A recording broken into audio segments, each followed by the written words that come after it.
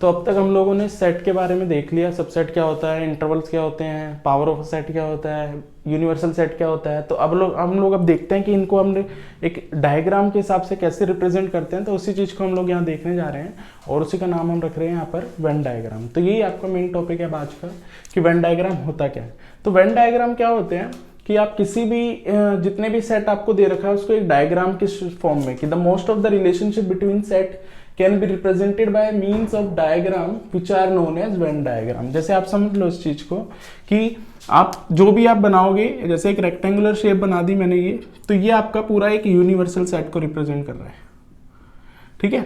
और इसमें different different sets हैं आपके, जैसे ए सेट हो गया, ठीक है ना, आपका बी सेट हो गया, आपका सी हो गया, क्या पता दोनों में कुछ कॉमन भी हो इसलिए ऐसे चढ़ा दिया, ठीक है। आपका डी सेट हो गया, क्या पता इन सबों के बीच में एक कॉमन हो, ये डी सेट हो गया, है ना। तो ये मतलब हो कि मतलब डी में बी का भी एलिमेंट होगा, सी का भी होगा, ए का भी कुछ हो सकता है और अपना तो कुछ होगा ही होगा। तो ऐसे आपको ये एक रिप्रेजेंटेशन है कि जो ये आप रेक्टेंगुलर बॉक्स बनाओगे ये यूनिवर्सल सेट को रिप्रेजेंट करेगा आपका, और उसमें जितने भी आपके एलिमेंट होंगे वो, जैसे फॉर एग्जाम्पल के तौर पर हम लोग ले लेते हैं कि आपके पास एक यूनिवर्सल सेट है 1 2 3 1 2 3 4 5 6 7 8 9 और ये 10 तक मैंने यहाँ लिख दिया। इसमें से आपका ए सेट जो है वो दे दिया आपको, ऐसे समझ लो वो आपको दे दिया 1 2 3 से लेके 6 तक, 1 2 3 4 5 6, ये आपका ए हो गया। और आपको एक बी सेट दे दिया जो 4 से स्टार्ट हो रहा है, मान लो 4 5 6 7 8 तक चलेगा बस, ठीक है। तो ये आपका एक बी दे दिया मैंने, ठीक है। अब इसको हमें एक वेन डायग्राम से रिप्रेजेंट करना है, इसको हम लोग एक वेन डायग्राम के थ्रू रिप्रेजेंट करेंगे। तो उसी चीज को यहाँ बनाता हूं मैं। तो वेन डायग्राम में तो ये यूनिवर्सल सेट हो गया आपका, ये पूरा का पूरा आपका क्या हो गया, यूनिवर्सल सेट, मतलब 1 to 10 गिनती इस पूरे के अंदर हो गई। और एक हम बना देंगे ए, तो एक ए बना देते हैं हम लोग। क्या दोनों में कॉमन है, तो मैं बोलूंगा दोनों में देखो 4 भी कॉमन आ रहा है, 5 भी कॉमन आ रहा है, 6 भी कॉमन आ रहा है, तो दोनों में कॉमन है, तो एक दूसरे को ज्वाइंट करते हुए जाएंगे। तो ये आपका ए हो गया, ये आपका बी हो गया। अच्छा, अब पहले जो कॉमन है वो लिख देता हूं मैं इसके अंदर। तो कॉमन है आपका 4 5 और 6, 4 5 और 6 दोनों में कॉमन है, तो 4 5 और 6 ये मैंने यहां लिख दिया। अब ए में बचा क्या, 1 2 3, तो 1 2 3। बी में क्या बचा, 7 8, ठीक है। अच्छा, अब दूसरी बात क्या करें हम लोग, इसको दूसरी बात करते हैं हम लोग इसी में कि अब आपका क्या बचा, 1 2 3 4 5 6 7 8 तक यहाँ आ गया, मतलब 9 और 10 बचा हुआ है, तो ये बाहर का ही होगा। तो ये सारी चीजें आपकी यहाँ पर होती है। अब क्या होता है, इस पार्ट को क्या बोलते हैं, इस पूरे पार्ट को क्या बोलते हैं, इस पार्ट को हम क्या बोलते हैं, तो वो चीज मैं आपको यहाँ पर बताना चाह रहा हूँ कि हम लोग जो है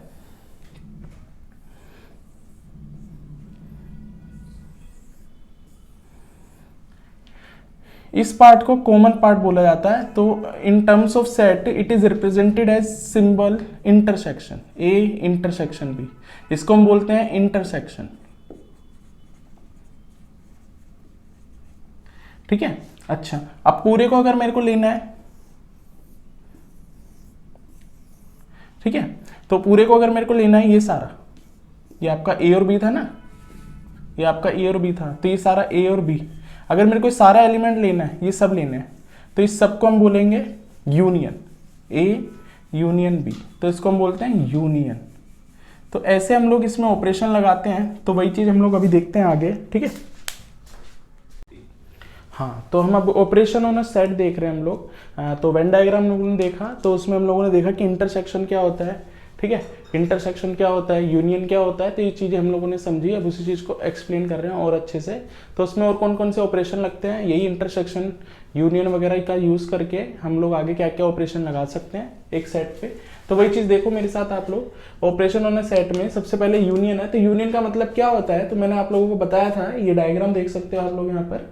यूनियन का मतलब ये सारा पार्ट आ जाता है। जैसे आप किसी चीज का एलसीएम निकालते हो, तो जो कॉमन होता है वो भी लिखते हो और जो बचे हो वो भी लिखते हो, पर रिपीट नहीं करते हो उस चीज को, ठीक है। इसको ऐसे समझ सकते हो आप लोग कि अगर आपको 24 दे रखा है और 6 दे रखा है, तो इसका अगर आप करोगे तो क्या आएगा, 2, ठीक है ना, 2 और 3, और इसका करोगे तो क्या आएगा, एलसीएम लोगे तो 2 इंटू 3, तो 2 इंटू 3 तो कॉमन है ही दोनों में, तो मतलब अगर आप इसका एलसीएम लोगे तो वो कॉमन तो आएगा ही 2 इंटू 3, और बचा हुआ भी आएगा 2 2।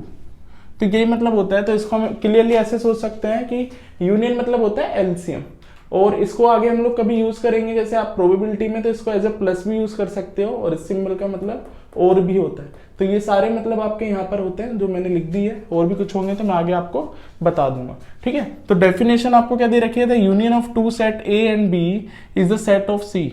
मतलब ए मतलब क्या बोला है, यूनियन जो होता है ए और बी का हम एज ए सी मान लेते हैं कि ये जो ए यूनियन बी है वो सी है आपका, ठीक है ना, सी है, which consist of all those element which are either in A में भी होगा और बी में भी होगा, सारे एलिमेंट को वो कंसिडर, मतलब इस बात को यही कह रहा है कि एलसीएम ले लो आप उसका, ठीक है, एलसीएम ले लो, तो यही मतलब उसका होगा। तो ए यूनियन बी ऐसे निकालेंगे। अभी हम जब एग्जांपल देखेंगे तो और क्लियर हो जाएगी पिक्चर आपको, ठीक है। इसमें प्रॉपर्टी आपकी क्या क्या होती है, तो A union B is equals to B union A, ठीक है ना, मतलब अगर आप ए यूनियन बी निकालोगे इसका एक आंसर आएगा, तो बी यूनियन ए का भी वही आंसर आएगा।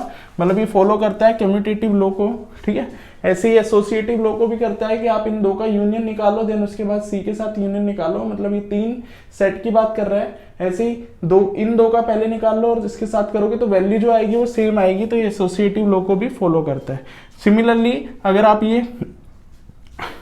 आप अगर एक एम्प्टी सेट के साथ इसको करोगे यूनियन, तो एक कुछ नहीं के साथ ए का साथ लोगे तो किसी एलिमेंट का कुछ होना और कुछ नहीं होना, उसके साथ दोनों को मिक्स कर लोगे तो कुछ होना हो जाएगा, मतलब ए पूरा का पूरा आपका आ जाएगा।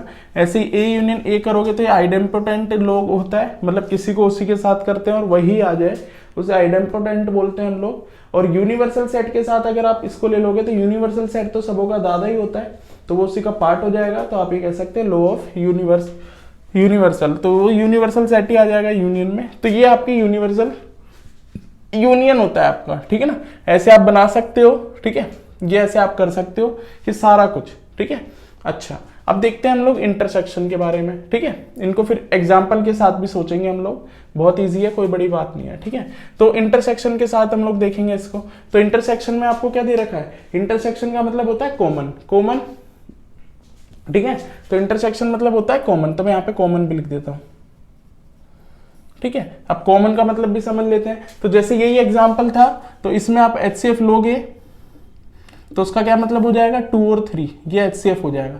तो ये तो आपका यूनियन कहलाएगा और ये आपका इंटरसेक्शन कहलाएगा। तो ऐसे होता है इंटरसेक्शन का मतलब, अगर कहीं एंड भी लिखा हो तो इसका मतलब भी इंटरसेक्शन होता है, और मल्टीप्लाई का मतलब भी इंटरसेक्शन होता है। हम प्रोबेबिलिटी वगैरह में इन चीजों को समझेंगे। The intersection of two set A and B is a set of all those element which belongs to both A and B. वो दोनों के अंदर ही होना चाहिए, इसलिए उसको हम ए इंटरसेक्शन भी बोल रहे हैं। ये भी सेम प्रॉपर्टी को फॉलो करता है, जैसे आपकी यूनियन फॉलो करता था वैसे ही सारी प्रॉपर्टी को फॉलो करता है, ठीक है। बस अब एक एक्स्ट्रा प्रॉपर्टी हो रहा है इसमें डिस्ट्रीब्यूटिव, वो आपको याद रखनी है कि अगर आप इसको इसके साथ डिस्ट्रीब्यूट कर रहे हो यूनियन को इंटरसेक्शन के साथ, तो ये इसके साथ इंटरसेक्शन होगा, देन यूनियन, देन ये इसके साथ मल्टीप्लाई होगा। मतलब ये समझ लो ये इसके साथ मल्टीप्लाई हो गया बी के साथ, ये वाला टर्म, और सी के साथ हो गया, तो ये चीज आ गई आपकी। तो डिस्ट्रीब्यूटिव लॉ हो गया आपका, ठीक है। तो ये ऐसे आप बना सकते हो, इसको हम आगे और भी समझेंगे, देख लेंगे इस चीज को। तो ये चीज समझ में आ रही है, ठीक है।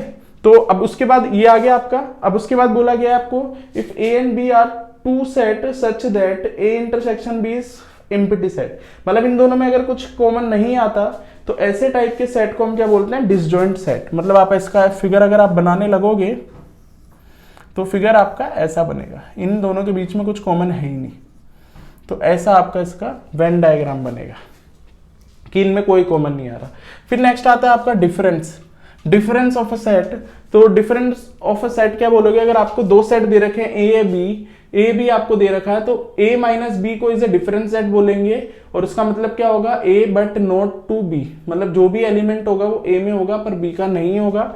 जैसे आप ये कह सकते हो यहां पर जितने भी एलिमेंट होंगे इस वाले पोर्शन में वो सारे a में होंगे, b में नहीं होंगे। अगर मैंने ये कंसीडर कर लिया तो वो b में भी होंगे और a के पार्ट में होंगे, a के भी होंगे b के भी होंगे, पर हमें इसको ये लिखना है। तो इसको हम ऐसे बोलते हैं a minus B, a but not b, और इसको a इंटरसेक्शन b नॉट बोला जाता है। ये भी हम आगे देखते हैं अभी थोड़ी देर में।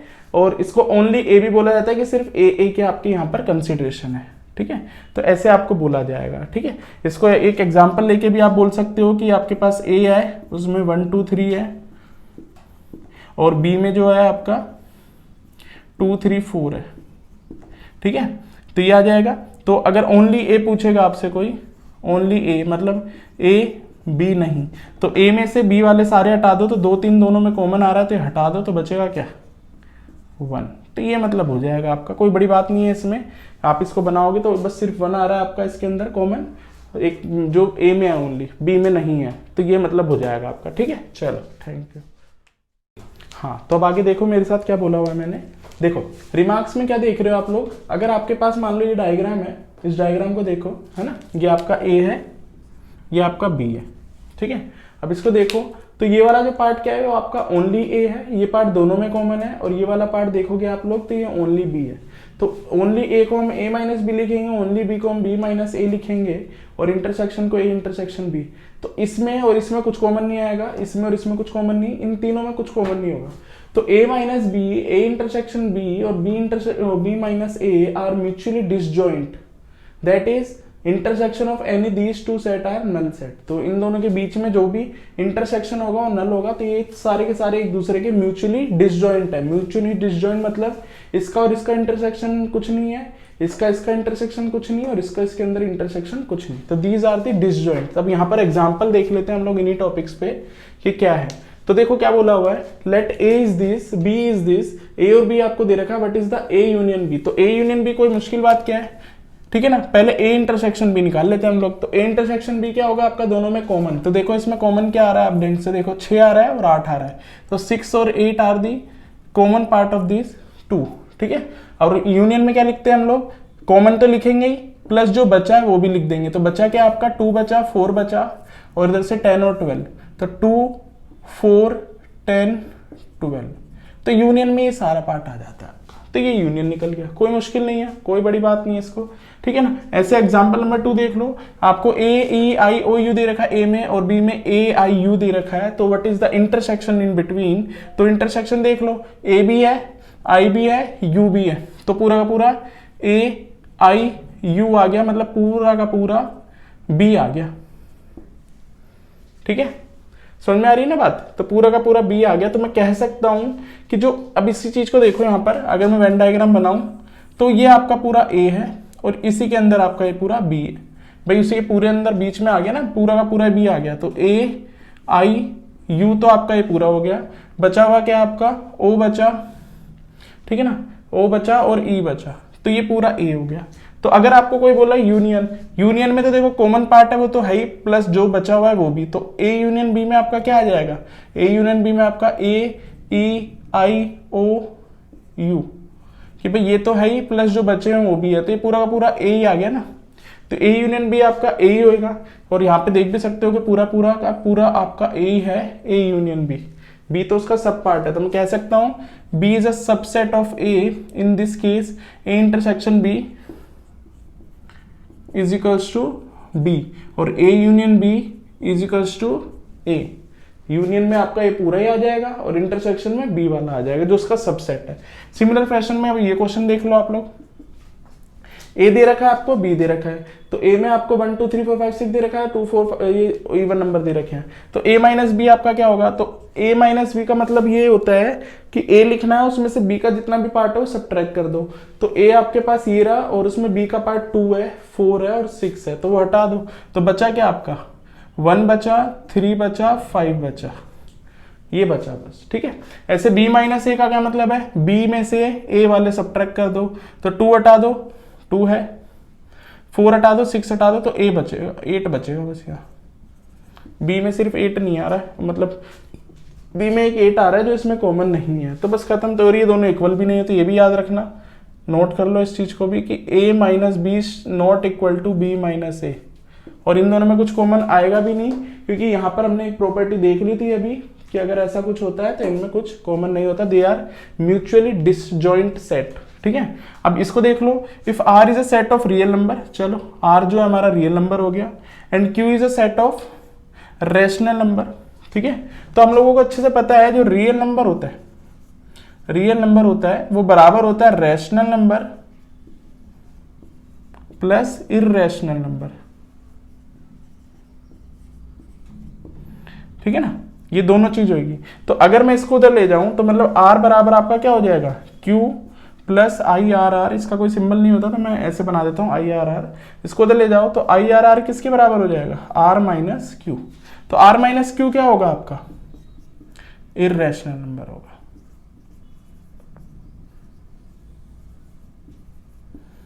ठीक है, तो ऐसे ही आप लोगों को सबों को समझ में आ गई होगी ये सारी बात। तो आप ये देख सकते हो, एक स्क्रीनशॉट ले सकते हो और समझ सकते हो सारी चीज को। ठीक है, चलो ठीक है, चलो।